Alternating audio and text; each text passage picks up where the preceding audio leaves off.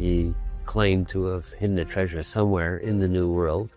So people made the connection between Teach and Oak Island. For more than 2 centuries, Oak Island has guarded its secrets with stone, seawater, and silence. Legends of hidden vaults, pirate gold, and forbidden symbols have drawn explorers from around the world. Yet the island has never surrendered its truth. But what if everything we thought we knew about this mysterious patch of Nova Scotian earth was only a fraction of the real story?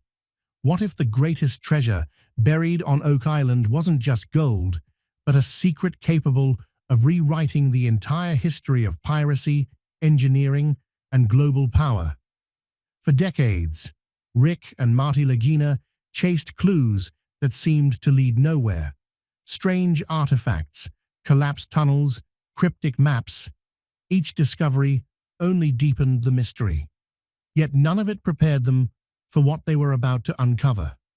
Because long before the History Channel cameras arrived, long before the modern world began picking at the island's surface, someone had already been here.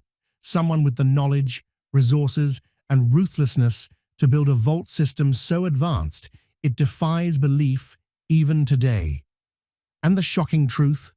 The clues were always there, hidden in a forgotten journal, buried in coded maps, and whispered in old pirate legends that historians dismissed as fantasy. I'd like to pull the bits and see what's down there. What do you guys think? I'd do it before we run out of time. What the team discovered deep beneath the island doesn't just hint at treasure. It points to a global conspiracy so bold, so dangerous, and so meticulously engineered that it raises one chilling question. If this was only one vault, what else did they hide across the world?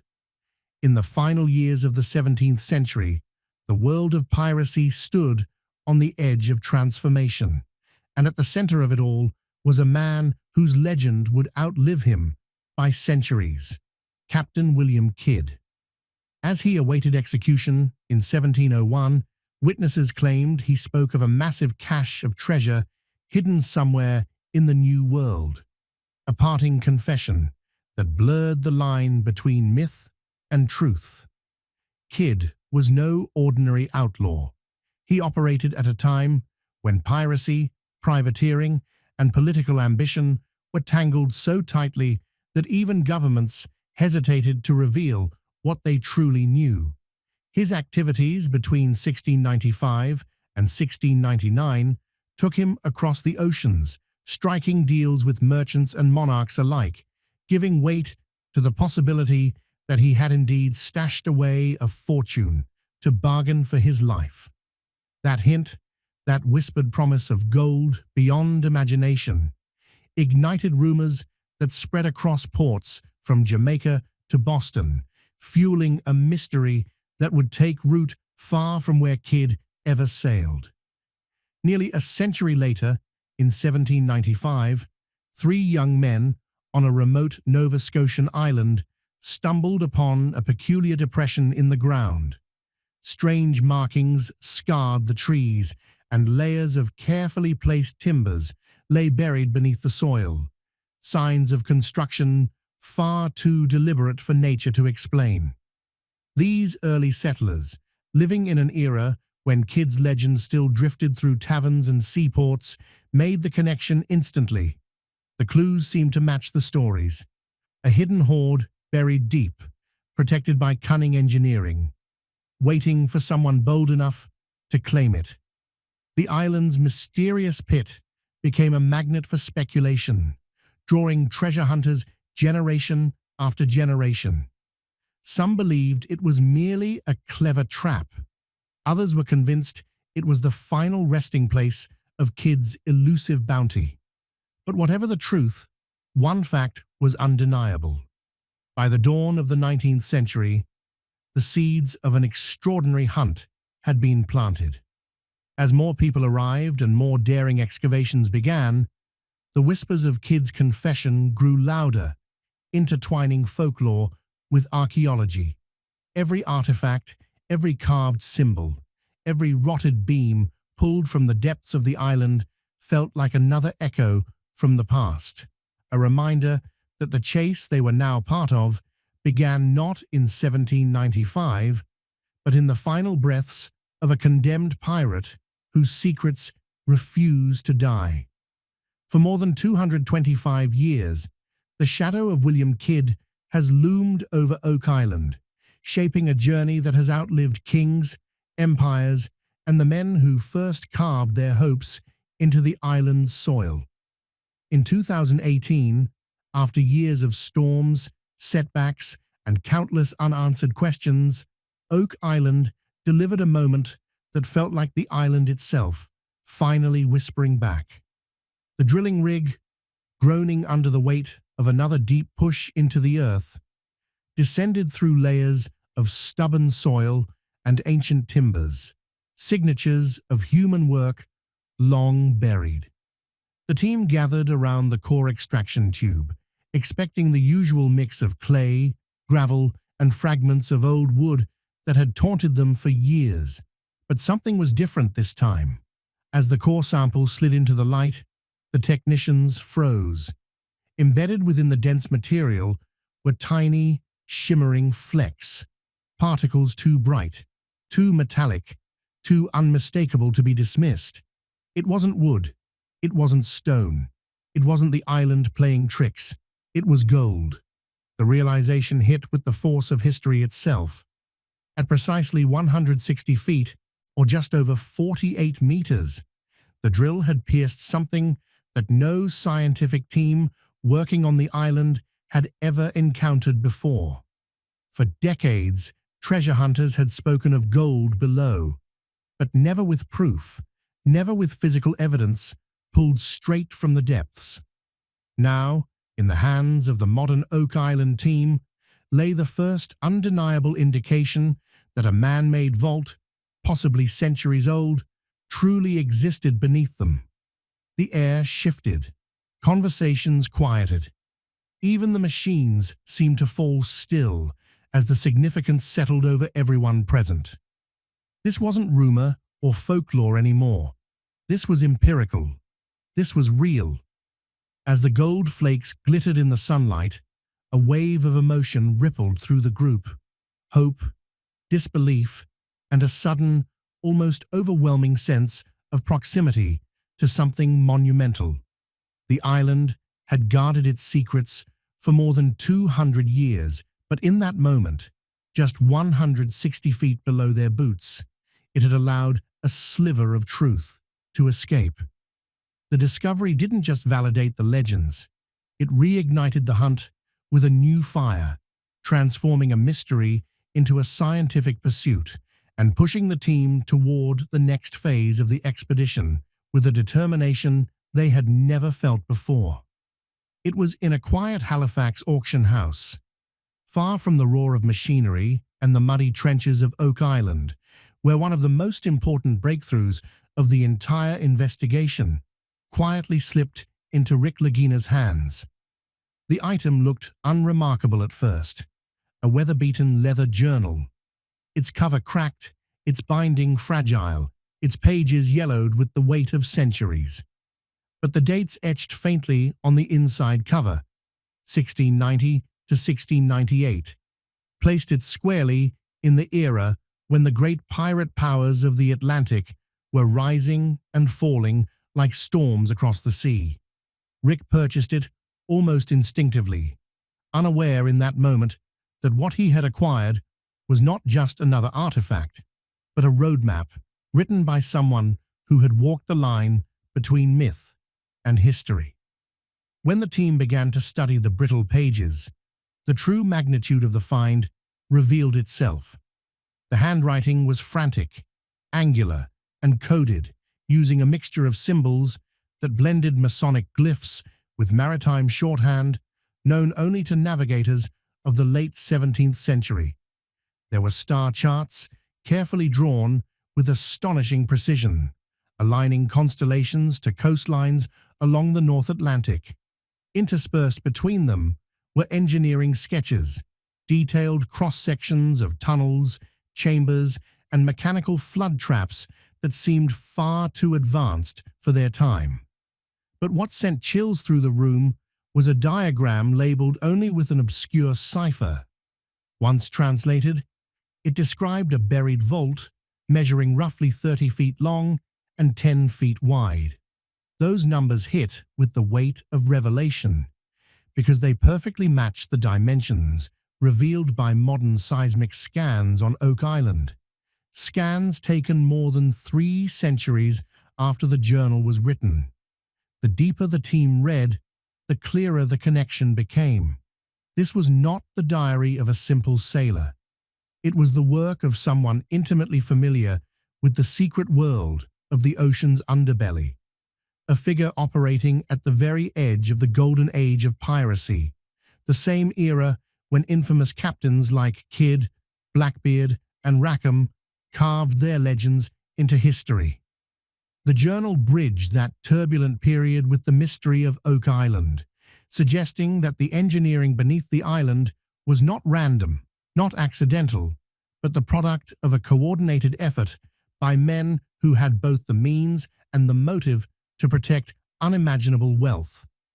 As each page was turned, it felt less like reading a relic and more like hearing a whisper from 1715 itself, a whisper confirming that Oak Island was never just a story, but a calculated construction born from the minds of the world's most elusive and dangerous architects. In 2021, as the team returned to Oak Island with newer technology and higher stakes than ever before, they deployed ground-penetrating radar and seismic tomography across the most contested section of the money pit. What began as routine data collection quickly shifted into something far more electrifying when the instruments registered a disturbance underground, one that didn't match any natural formation known to Nova Scotia's geology. The scans drew the shape slowly, layer by layer, like a ghost rising through fog, a perfectly symmetrical cavity hidden deep within the earth. Its footprint measured close to 300 square feet, too exact and too deliberate to be the work of nature. And as the data sharpened, the team realized the implications. They were staring at the architectural signature of human hands, precision, intent, and impossible engineering for an island that was supposed to have been untouched wilderness. The seismic models went further, mapping out the contours of the void and revealing something that sent a shiver through even the most seasoned members of the crew. The ceiling of this underground chamber appeared to sit at an eerily consistent height, as if carved with a craftsman's eye and maintained with a builder's discipline. Every inch of it aligned, unbroken, and mathematically controlled, defying the irregularity expected from natural caverns. This was no collapsed pocket, no random fissure, but the unmistakable imprint of design. It suggested effort, massive effort, by people who not only intended to hide something, but intended to ensure it remained hidden for centuries. And as each digital render came into focus, the past seemed to push upward through the soil, whispering that the island's legends were not legends at all. For the team, the discovery felt like crossing an invisible threshold. For years they had chased fragments, wooden shards, rusted nails, whispers of tunnels. But this was different. This was structure, purpose, proof. And as the seismic data stitched itself together into a fully realized chamber, one detail became impossible to ignore. Its proportions and position aligned uncannily with references found in old pirate maps and coded journals, as if the island's deepest secret had been hiding in plain sight, waiting for the right technology to confirm it. In that moment, the search entered a new chapter, not because of treasure, but because the island itself was finally beginning to speak. Sometime between 1660 and 1700, long before the world understood the island's significance, a group of engineers, whether pirates, privateers, or something far more organized, constructed a system so advanced that even today's specialists struggle to comprehend its precision. They built more than a hiding place. They built a fortress beneath the earth, layering stone, clay, and organic material in patterns designed to deceive explorers for centuries. What looked like simple terrain on the surface concealed a labyrinth of flood tunnels chiseled through bedrock, each angled with mathematical accuracy to control the flow of water. These tunnels weren't accidents of erosion or geological quirks. They were intentional, tactical, and built with a level of foresight that suggested the men behind them understood the value and volatility of what they were protecting.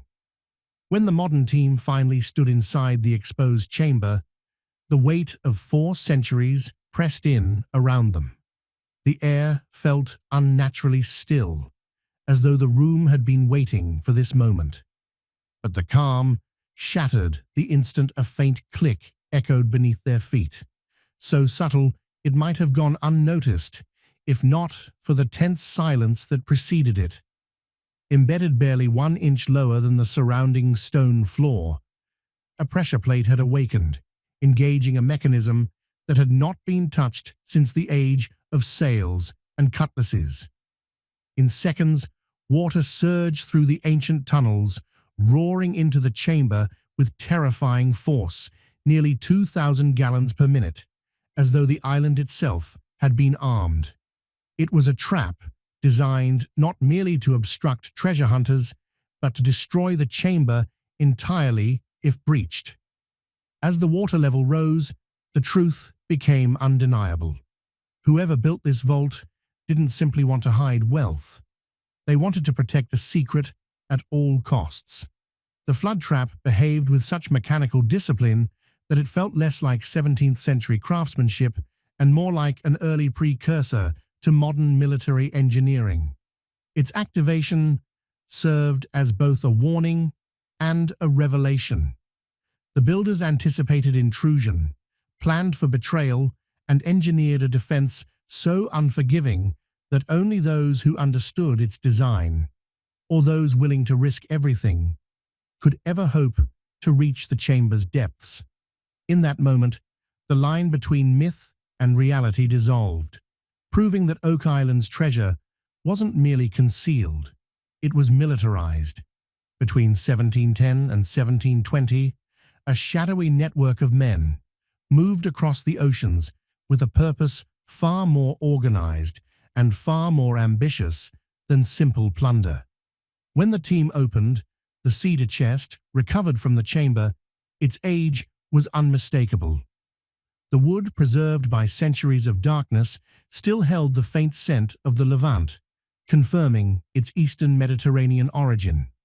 Inside, beneath layers of deteriorated linen, lay the first shocking truth: neatly stacked gold bars, hammered coins from 4 empires, and uncut gemstones whose sheer weight placed their value at an estimated $110 million. The discovery alone would have rewritten history, but what lay beneath would challenge the entire story of piracy as the world knows it.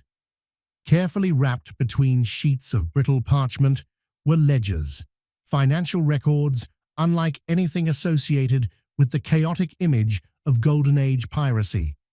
These documents listed transactions, names, signatures, and coded markers linking crews across the Atlantic, the Indian Ocean, and even the Mediterranean.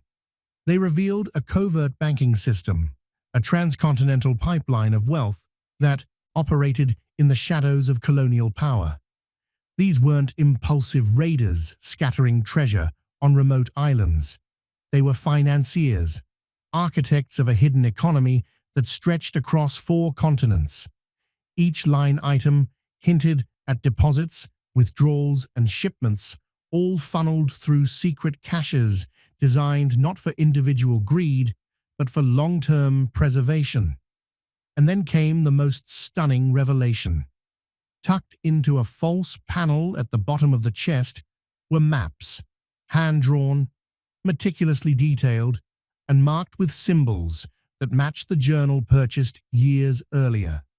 Each map pointed to additional vaults, some hidden beneath the swamps of Louisiana, others buried deep in the Caribbean archipelagos, and still others placed in the lawless corners of Madagascar and forgotten European ports. The implications were staggering. Oak Island was not the final resting place of a single treasure. It was merely one node in a vast global network. If even half of the locations on those maps contained deposits similar in size, the accumulated wealth could reach into the billions. As the team absorbed the meaning of the chest's contents, it became clear that they weren't just uncovering lost riches. They were exposing an entire system built in secrecy, maintained by men who anticipated the future and hid their fortune accordingly. The chamber beneath Oak Island was only the beginning, the first breadcrumb in a trail that stretched across oceans and centuries. The discovery didn't close the mystery, it detonated it, revealing that the real treasure was not the gold itself, but the global syndicate that built the world's most sophisticated hidden economy long before modern banking ever existed. In the end, as the final lights dim across the swamp, the money pit, and every weather-beaten corner of Oak Island, one truth becomes impossible to ignore. This story was never just about buried gold, ancient traps, or coded journals. It was about a chain of events stretching across centuries, linking 17th century engineers, 18th century pirates, and 21st century explorers through a single, unbroken thread of mystery. Every artifact pulled from the ground, every map, every fragment of timber has whispered the same message, that Oak Island was never an accident. It was designed, engineered, and fiercely protected because someone believed what they hid here would matter far beyond their own lifetime. As the team stands on the shoreline, the Atlantic wind pushing against their backs, the weight of everything they've uncovered settles into something almost overwhelming. The gold, the chamber, the traps, the journal, the maps pointing to vaults scattered across the world. All of it reshapes the history of piracy, engineering, and secret societies. And yet, with every answer, the island offers a new question. Who commanded this syndicate? Who built a global banking network centuries before the rest of the world caught up? And how much of their hidden empire still lies waiting, untouched, beneath other forgotten corners of the map? For now, the flood tunnel's quiet, the earth returns to its stillness, and the island once again guards its remaining secrets. But the hunt has changed forever. The discoveries made here won't simply fill museums, they will redraw timelines, rewrite textbooks, and force historians to confront a reality far more complex than the legends ever suggested. Oak Island is no longer just a mystery. It is a doorway, one that has only just begun to open. And as long as questions remain buried beneath its soil, the search will continue, driven by the same relentless belief that brought explorers here more than 225 years ago. That somewhere under this island lies the final piece of a story powerful enough to change everything.